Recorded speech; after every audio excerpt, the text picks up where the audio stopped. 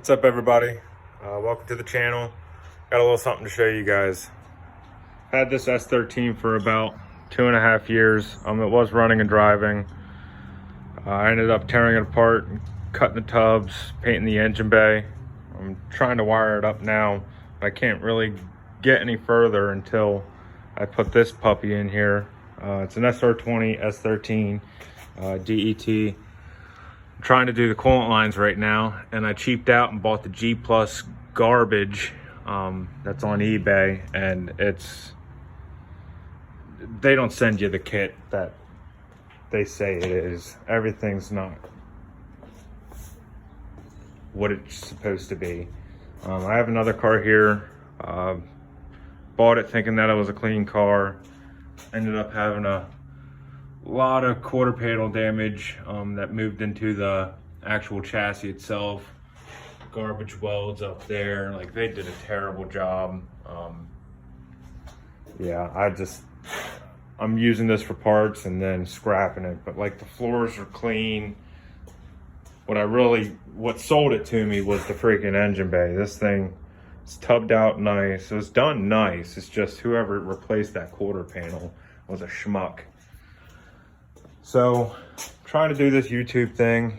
Don't mind the garage, it's pretty freaking filthy.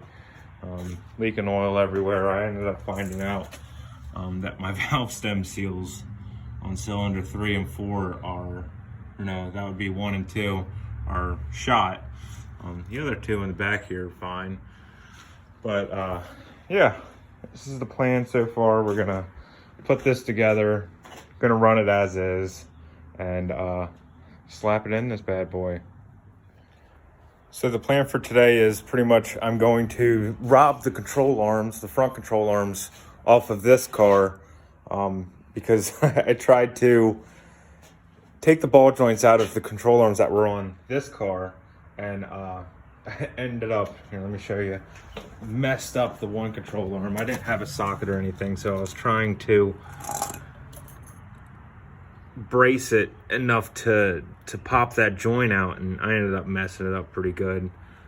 Tore the metal on the control arms, so those control arms are now garbage. But luckily I have one from that car. I got the GK Tech ball joints. I got 4 of them for all 4 corners. Fairly decent stuff. They're only like $29 a pop, so I wasn't complaining there.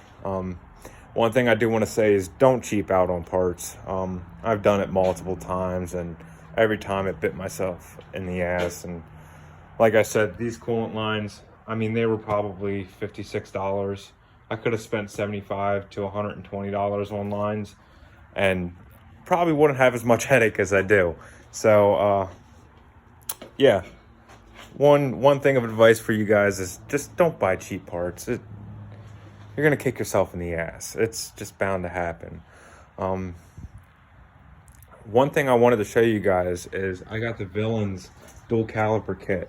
I ended up really not cheaping out this time. I mean, I guess if you're looking at, in retrospect, the more expensive kits, there's more expensive kits out there, but this kit seems to do pretty well.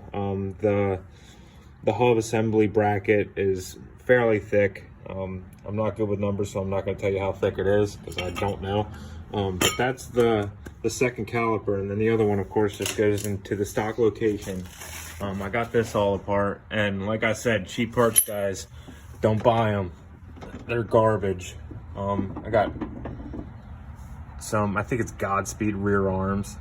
Thankfully, they're just the rear arms, so if one snaps, it's not going to do too much damage. It's not like it's going to throw me off the road. But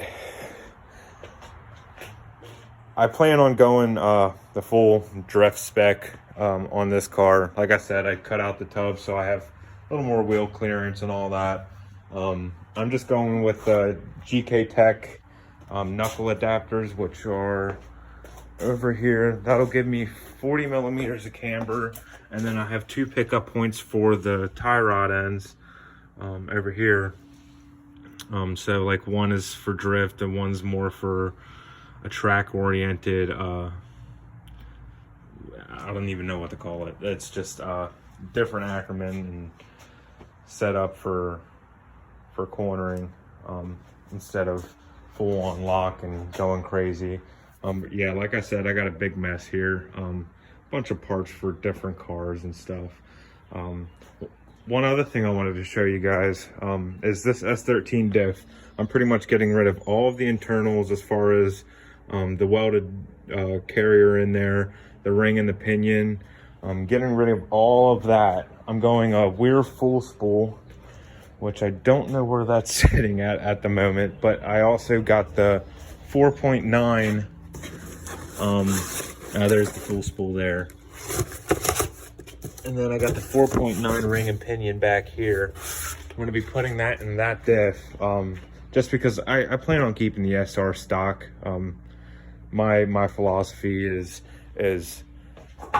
the closer to OEM you have your motor, or really your car in general, the more reliable it's going to be. Now that's not always tried and true, but I try to think of it that way, as far as don't touch it if it ain't broken. So yeah, S15 turbo sitting over here. Got the adapter for the intake pipes and whatnot. Yeah, pretty much that's the update. Gonna be building the stuff here and there. I might take you guys along for the ride as far as tearing down the suspension. I'm not going to be building that diff myself, just because I am not trying to go through the headache of tearing it in and out to get the alignments correct. It's just not something I feel comfortable doing, and I just don't want to bang my head against the wall. I do that too much as is. So shortly, once I get the ball joints and everything in the control arms, you can see that one's toast. I'll have the rear knuckle and everything finished out. I got all kinds of brake lines, and the Villains kit came with a nice line where it's like a double stacked banjo bolt. It's a pretty cool setup. I like how they have it routed and everything. So we'll be plumbing that all up. I need to send that diff out here soon, but I got a lot of content to give you guys, so hope you're ready for the ride. Yeah, catch you guys later.